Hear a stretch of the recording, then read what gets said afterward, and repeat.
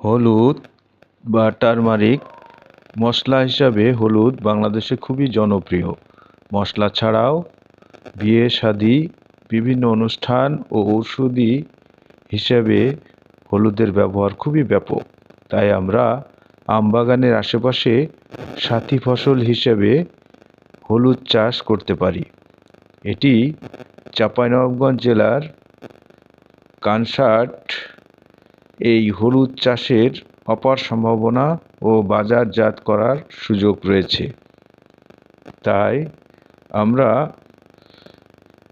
আম বাগানের আশেপাশের যে পতিত জায়গা এবং ছায়াযুক্ত জায়গা, সেখানে আমরা হলুদ চাষ করতে পারি।